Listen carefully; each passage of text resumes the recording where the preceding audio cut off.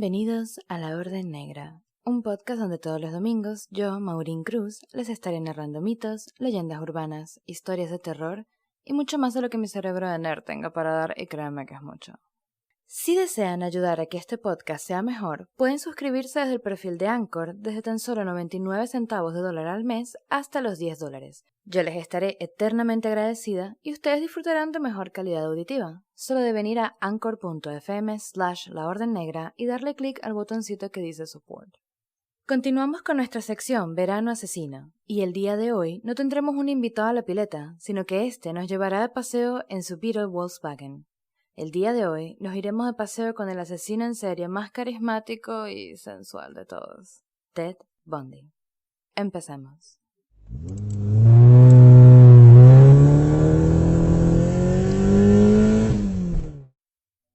Theodore Robert Cowell nació en Burlington, Vermont, Estados Unidos, el 24 de noviembre de 1946. Hijo de Eleanor Louise Cowell cuando ésta era muy joven y de un padre desconocido. Su infancia estuvo marcada por una gran mentira. Sus abuelos asumieron la identidad de auténticos progenitores para ocultar una maternidad inmoral ante la sociedad. Una protección moral algo paradójica, considerando los actos que se desarrollaban en el interior del falso hogar. Su abuelo era un hombre violento, aficionado a la pornografía y al maltrato humano y animal, actitudes que no escondía ante los ojos de su hijo/nieto. En 1950, se mudó junto con su madre a Washington, la cual, un año más tarde, contrajo matrimonio con John Bundy. Theodore Cowell sería adoptado por este y recibiría su apellido. Si bien, a pesar de la presencia de intentos de acercarse por parte de su padre adoptivo, no consiguió mantener una buena vinculación afectiva, manifestando un comportamiento cruel y llegando a entretenerse capturando, matando y mutilando pequeños animalitos. Igual que nuestro antiguo invitado Jeffrey Dahmer.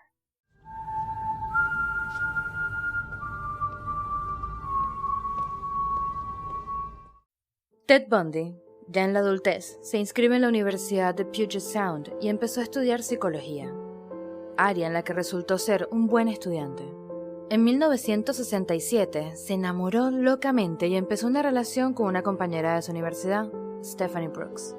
Sin embargo, 2 años más tarde, esta se licenció y terminaría por dejar la relación debido a su inmadurez y ausencia de objetivos claros. Bundy se obsesionó con ella, mandándole frecuentes cartas con las que intentaba reconquistarla. Durante el mismo año abandona los estudios y en esta época empieza a tener diferentes empleos en los que no va a durar demasiado tiempo.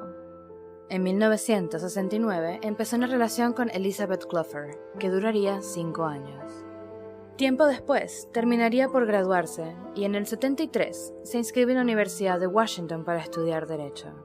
Eventualmente, terminaría por encontrarse nuevamente con Stephanie Brooks y a tener una breve relación con ella, ya que esta vez él sería quien terminaría la misma, tras volverse extremadamente frío.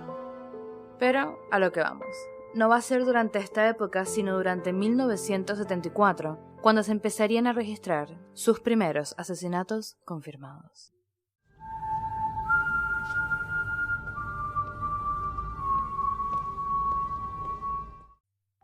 En enero de 1974, aún en la universidad, Ted Bundy entraría en la habitación de Joni Lenz para posteriormente golpearla con una barra de hierro y violarla.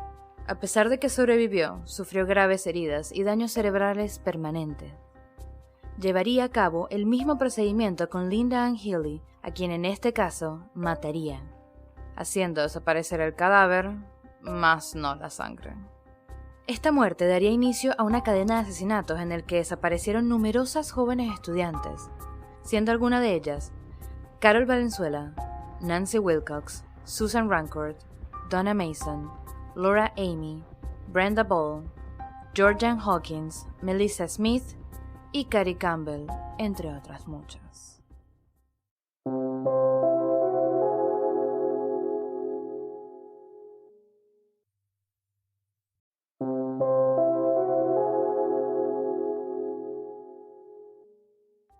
Ahora sí, el modus operandi de Bundy se basaba inicialmente en seguir y secuestrar a sus víctimas hasta su casa para allí estrangularlas, Sin embargo, con el tiempo y viendo que tenía facilidad para manipular debido a su carisma y ya que resultaba muy atractivo para muchas féminas, fue agarrando confianza y empezó a buscar víctimas durante el día, siendo usual que simulara tener un brazo roto para pedir ayuda para llevar cosas a su coche.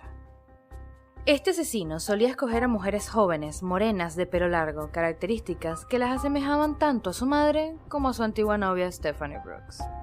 Las víctimas eran a menudo violadas y descuartizadas, llegando a conservar el sujeto partes de sus cuerpos, como la cabeza, como trofeo de su crimen.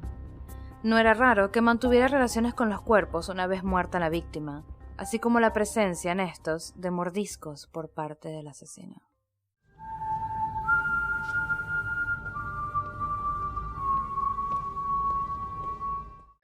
Durante el mes de noviembre del año 74, Bundy fingió ser un oficial de policía para acercarse a Carol Darronge y hacerla subir a su coche. La joven accedió pensando que se dirigían a la comisaría, pero se encontró con que Bundy paró el coche e intentó esposarla. Afortunadamente, Carol Darronge consiguió zafarse antes de ser inmovilizada y huir, tras lo cual acudió a la policía. Ello condujo al primer retrato hablado del sospechoso. Dicho retrato hizo que diversos testigos pensaran en Bundy como posible autor de los hechos, incluyendo su, por aquel entonces, novia Elizabeth. A pesar de ello, no se le pudo identificar totalmente y se terminó por desestimar la posibilidad de que se tratara del asesino. Ted Bundy siguió secuestrando y matando a numerosas jóvenes, variando su aspecto y viajando a diferentes estados con el fin de no levantar sospechas. Pero, en 1975, un coche de policía dio el alto al coche de Bundy y terminó por encontrar elementos indicativos como palancas, esposas y cinta con el que inmovilizar a las víctimas. Ted Bundy fue detenido, y en este caso sería identificado por Darronge como el autor de su secuestro.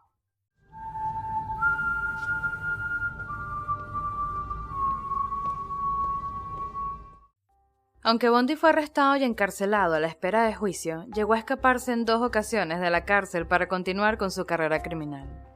La compulsión, la urgencia por matar y la falta de temor por ser atrapado le impedían detenerse y agudizaban su sadismo. Lejos de mostrar un perfil de psicópata reactivo, que mata solo cuando se siente presionado mentalmente, Bundy era un adicto. Necesitaba su dosis de secuestro, violación y muerte. Tras su segunda fuga el 30 de diciembre del 77 y un vago intento de pasar desapercibido cerca de Miami, la sed de sangre de Bundy volvió a desatarse. Su último objetivo fue en enero del 78. Fueron las estudiantes que pernoctaban en la fraternidad Chi Omega de la Universidad Estatal de Florida. Bundy entró en el edificio de noche y habitación por habitación fue golpeando a estudiantes con un leño de madera, destrozándoles el cráneo para poder vejar, morder y mutilar sus cadáveres. Solo una de ellas logró sobrevivir. Esa misma noche asaltó la casa de su penúltima víctima, Cheryl Thomas, con quien de nuevo repitió su ritual. Días más tarde, aún le quedarían más fuerzas para ponerle la guinda a su carrera sangrienta, con otra violación y asesinato desmedidos. Una niña de 12 años.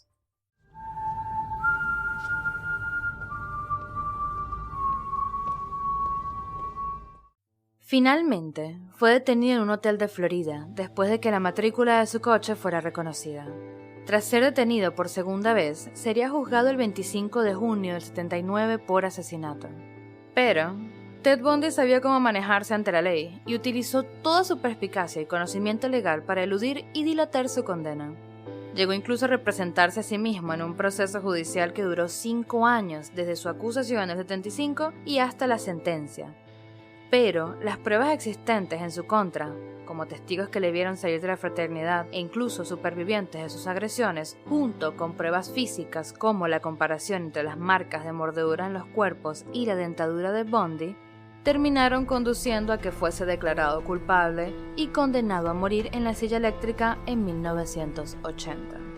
Ted Bundy fue ejecutado 9 años más tarde, dejando tras de sí una lista de 28 víctimas y un pasado negro en la historia de Estados Unidos, no sin antes ayudar a la policía a encontrar y desenmascarar a un asesino en serie y dar múltiples entrevistas relatando su vida y el porqué de sus actos.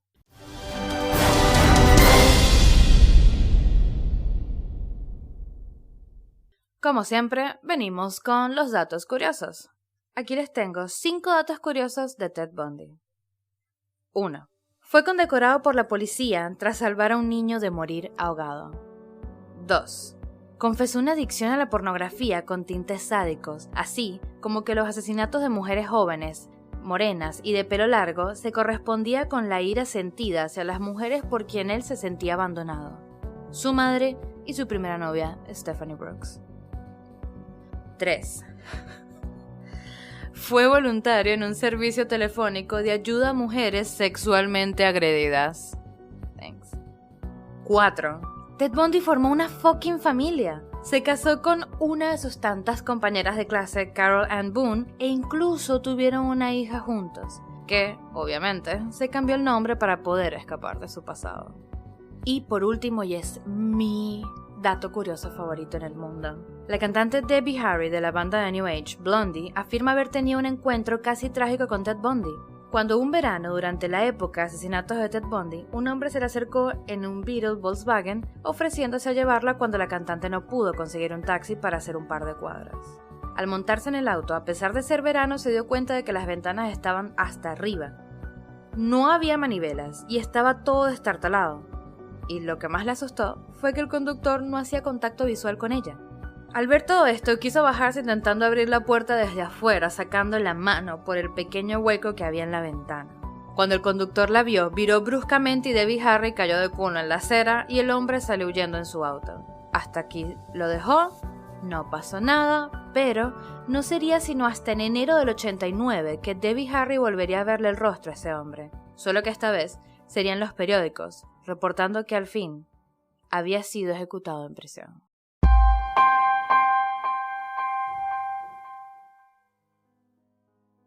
Ese fue el episodio de hoy.